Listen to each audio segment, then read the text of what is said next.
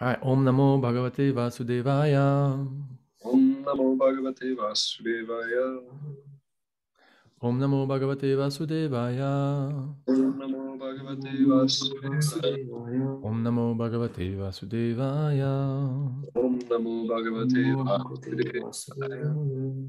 All right.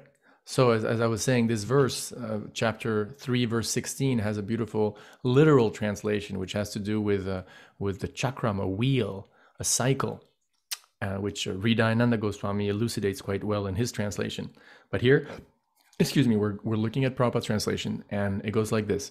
My dear Arjuna, a man who does not follow this prescribed Vedic system of sacrifice certainly leads a life of sin.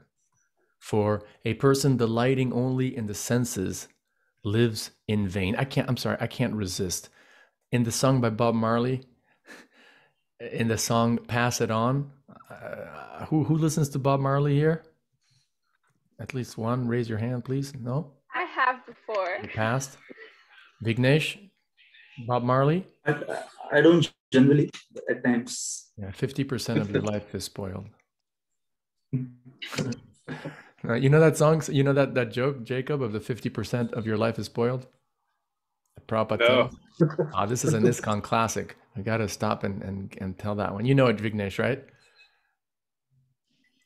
Which one? 50% of your life is spoiled? Is that some specific joke or something? Yeah, it's a joke that Prabhupada tells. I think maybe, I don't know where it comes from, maybe from Bhaktisiddhanta Saraswati Thakur, but there's a story of a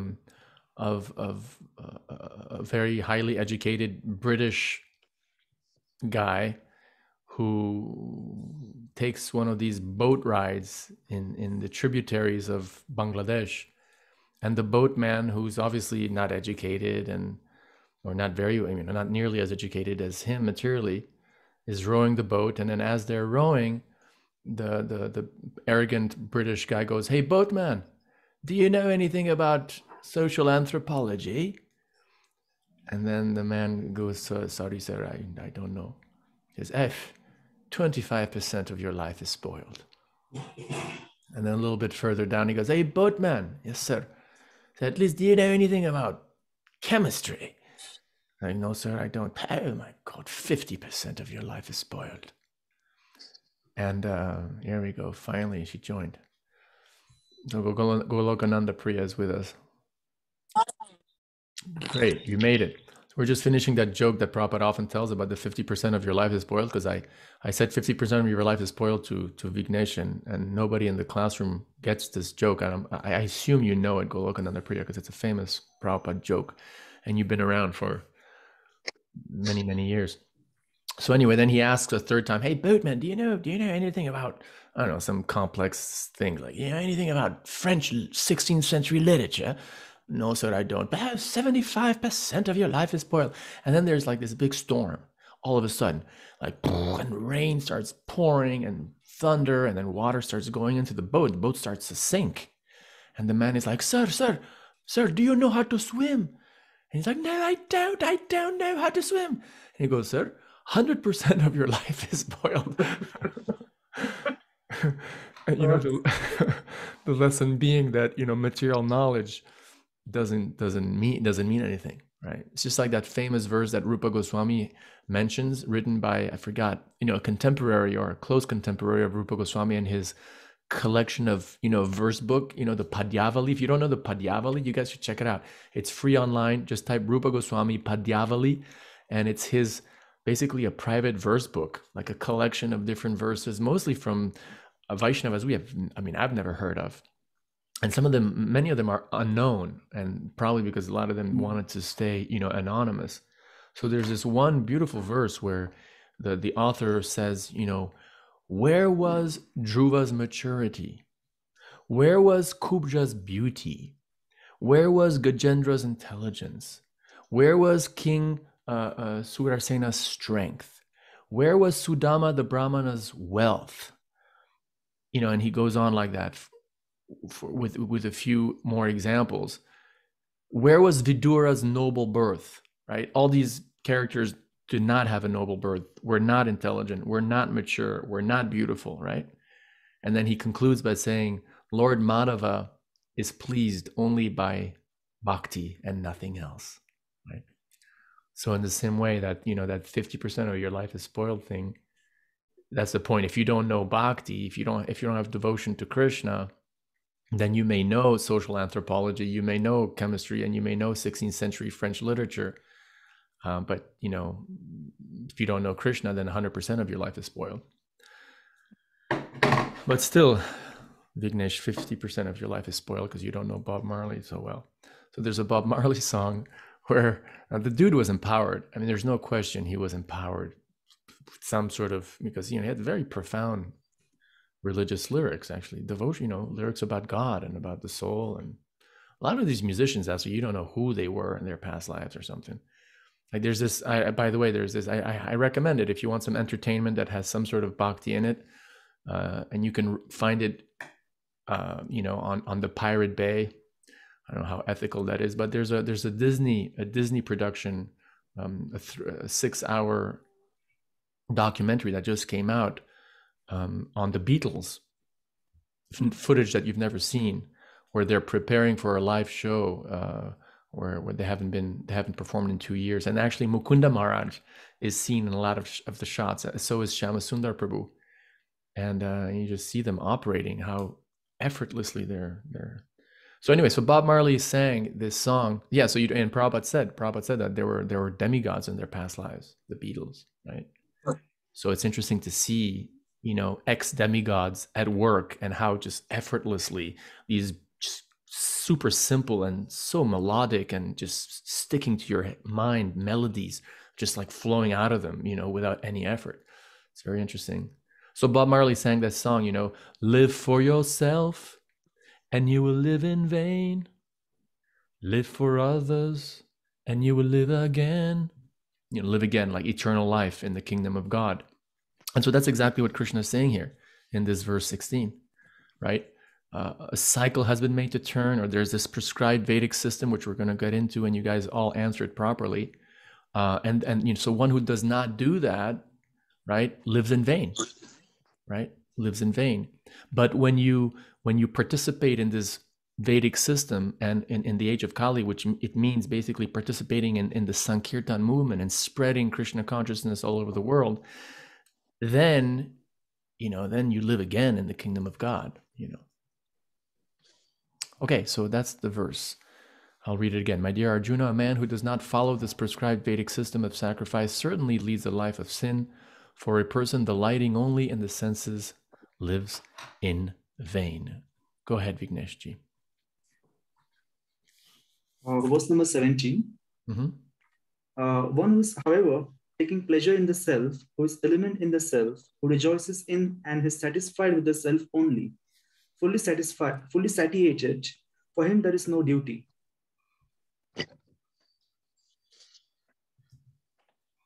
Yeah, Sorel? A self-realized man has no purpose to fulfill in the discharge of his prescribed duties, nor has he any reason not to perform such work, nor has he any need to depend on any other living being. Very good. Then we've got Jacob and then Gokul and the Priya. Text 19. Therefore, without being attached to the fruits of activities, one should act as a matter of duty. For by working without attachment, one attains the supreme. Even kings like Janaka and others attains the perfectional stage by performance of prescribed duties. Therefore, just for the sake of educating the people in general, you should perform your work. Text 21. Famous, super famous. You guys, this you're gonna need to know this verse for your exam. Yad acharati shreshtas tad evataro jana sayat pramanam kurute lokas tad anuvartate. Whatever action is performed by a great man, common men follow in his footsteps. And whatever standards he sets by exemplary acts, all the world pursues. I spoke about this morning briefly in a Facebook conversation on, you guessed it, dress code. And it just occurred to me, I said it a few times before, but this morning it was just like so blatantly clear, talking about preaching by example. Like, the Bhagavatam is our ultimate authority. Jiva Goswami establishes the Bhagavatam as our ultimate authority, right? In terms of pramana. You know that term, pramana, guys? Pramana? Vignesh Evidence? probably does. Yeah, evidence. Exactly. So our highest evidence is, Jiva Goswami says it, is the Bhagavatam. And Lord Chaitanya called the Bhagavatam the Amala Purana. You know how there's Amala Bhakta Swami or Prabhu who made all these audiobooks. And so what does Amala mean, Vignesh? Without any defect. Without any defect. So what did Lord Chaitanya call the Bhagavatam? Faultless. Yeah, what did he call it exactly? There's two words. That one, Amala, and he called it the Amala Purana, right? The Bhagavatam is also called the Bhagavat Purana. As a matter of fact, like scholars call the Srimad Bhagavatam the Bhagavat Purana. So Lord Chaitanya called it the Amala Purana, the spotless Purana, right? So it's our ultimate authority. And in this context of, like setting an example by your own exemplary act, the speaker of the entire Bhagavatam, the speaker of our ultimate scriptural authority, was stark naked. Was freaking stark naked. Think about it. Like, our tradition is so not places so little importance on how people dress, except if you're a monk, but then that's a varnashram consideration. It doesn't even have to do anything to do with bhakti. That the freaking I don't think it's an accident. I mean, Krishna controls everything. Why did he arrange for the speaker of the greatest scripture in the universe to be stark naked? Right? What does that mean? And what example is he setting? What nonverbal message is he saying? Right? So that's a really important verse. You guys have to learn it. Whatever action is performed by a great man, common men follow in his footsteps, and whatever standards he sets by exemplary acts, all the world pursues. Okay, Vigneshji, 22.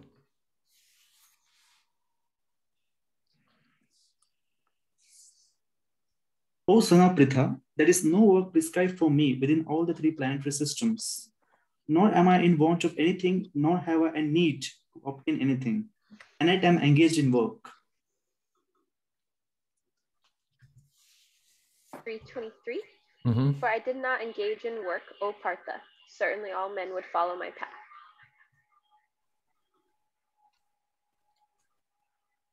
24. If I should cease to work, then all these worlds would be put to ruination. I would also be the cause of creating unwanted population, and I would thereby destroy the peace of all sentient beings. 25. As the ignorant perform their duties with attachment to results, similarly the learned man may also act, but without attachment, for the sake of leading people on the right path. This reminds me of the verse, the famous verse from the Bhagavatam, 10:14:3, right? That one can conquer the Lord, who is otherwise unconquerable, simply by submissive oral reception of his messages while remaining in one's established social situation. Here, let me give you a hard question. What pastime in Lord Chaitanya's pastimes does this verse also remind you of?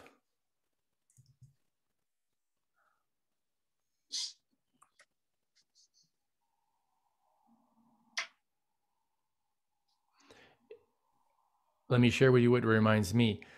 When Raghunath Das wants to go see the Lord, and he escapes his parents' stronghold and guards and everything, and he runs to see Lord Chaitanya.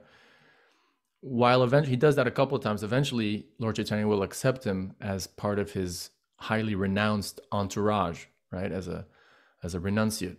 As a matter of fact, later on, Raghunath Das Goswami becomes glorified in the tradition as the personification of austerity, of renunciation. Like, he's the one who ate only a handful of, or a palmful of, what's it called, of buttermilk every couple of days.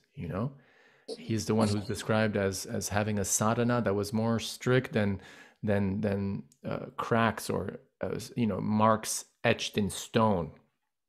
right? A marsh etched in stone is pretty, doesn't move, right?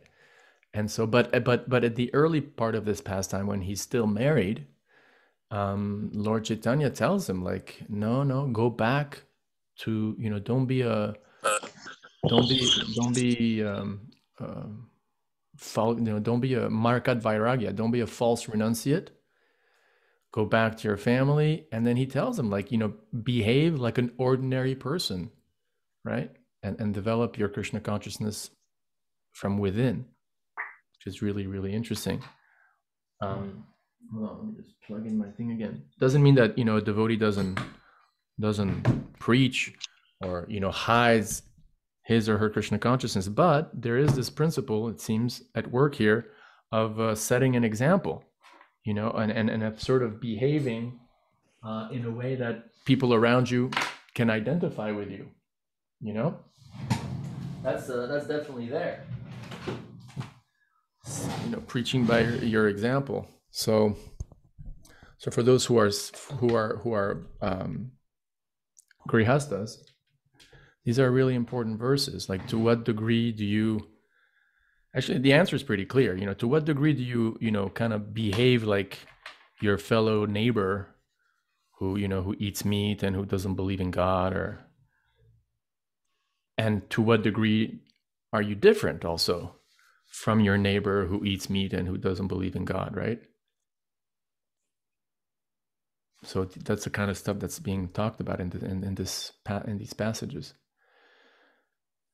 It was who read this? Verse 25? I forgot. I read it. Okay, so it's my turn on verse 26. Let not the wise disrupt the minds of the ignorant who are attached to fruits of action. They should not be encouraged to refrain from work, but to engage in work in the spirit of devotion. I mean, I got to tell you, I can really identify with this verse. And for the rest of my life, I'll always be in a quandary about what could have been a better path for me when I became a devotee. And I'll never know. And I guess Krishna allowed it to happen like it happened. And so, okay, c'est la vie, life goes on. But I remember, in retrospect, hindsight is always 20/20, right? But in retrospect, I remember I was a first-year college student, and I didn't like college that much. But I think that my temple president perhaps should have told me, hey, look, you're at the Sorbonne University and you're at Cornell as a student, doing a year abroad thing. You're in a super, super conducive environment to spread Krishna consciousness. You should start a college campus club, Bhakti Yoga club, or an ISKCON club, and, preach to your classmates like Prahlad Maharaj preached to his classmates, right? That's, encouraging to engage in work in the spirit of devotion. But he told me that, material education is Maya, drop out and join the ashram.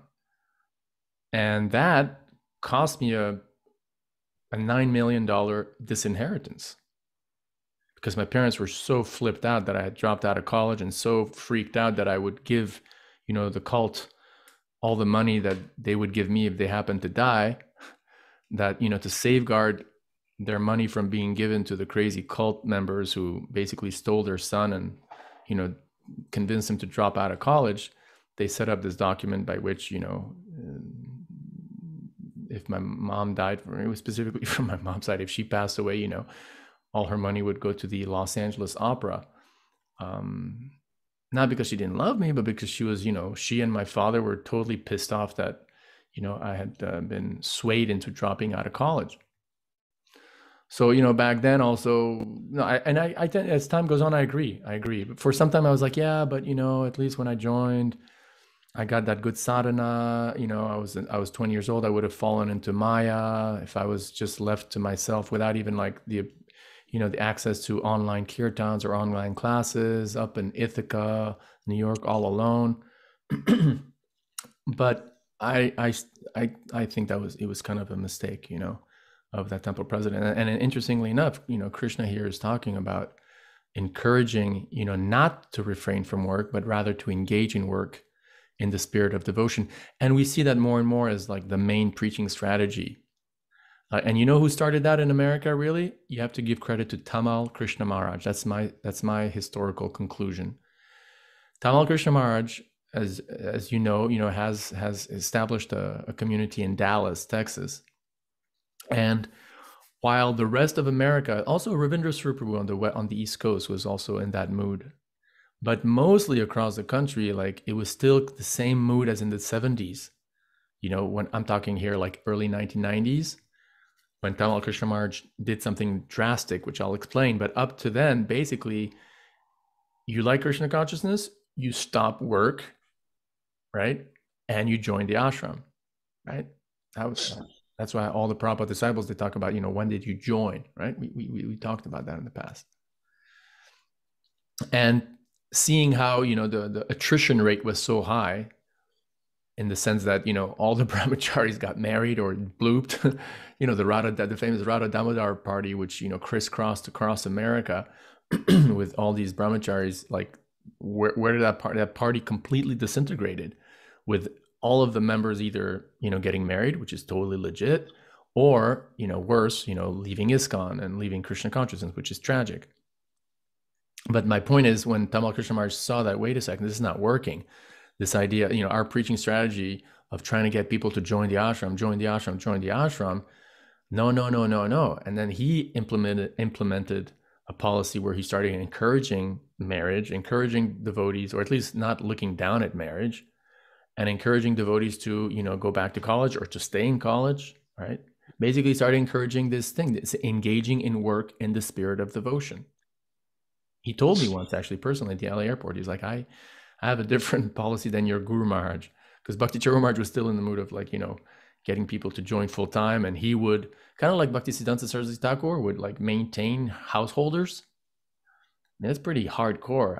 I don't know if it can be, duplicated, and I don't know how many disciples would feel comfortable with having a guru like that. But I heard, and it's, from reliable sources, that Bhaktisiddhanta Saraswati Thakur, or at least with some Grihastha disciples, had a policy where, at the end of the month, the disciple would give Bhaktisiddhanta all his money that he made, all of it, on the table. Here you go. And then Bhaktisiddhanta himself would take a little bit from it and give back the amount to the disciple. Whew. Talk about being under the control of your guru, huh? It's intense.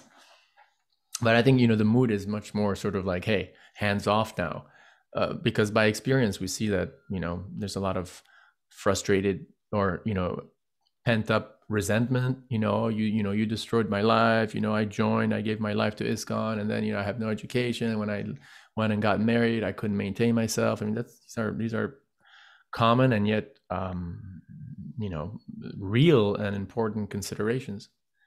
And anyway, that's what Krishna talks about here. Let not the wise disrupt the mind of the ignorant who are attached to fruitive action. They should not be encouraged to refrain from work, but to engage in work in the spirit of devotion. And that's a real important thing. And that's where a lot of Hindus in India forget.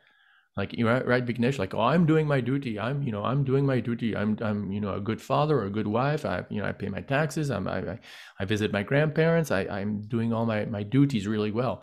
That's not the point. The point is to do your duties in Krishna consciousness, to add a thick layer of sadhana bhakti to your life, a thick layer of chanting the holy name on a regular basis, right? That's the most important point, because otherwise, what's the difference between you and a good pious karmi? None, right? Okay, so verse 26, now 27 is, well, Vignesh, go ahead. Also a really important verse you guys are going to have to learn. 27, chapter 3, 27, super, super, super important. 27. Prakritya kriyamanani gune karmani sarvasaha ahankara vimudhatma kartahamiti manyate. Translation: the bewildered spirit soul, under the influence of three modes of material nature, thinks himself to be the doer of activities, which are in actuality carried out by the nature. Yes, really important. Sorel, 28. 2:8. One who is in knowledge of the absolute truth, O mighty armed, does not engage himself in the senses and sense gratification, knowing well the differences between work and devotion and work for fruitive results. Okay.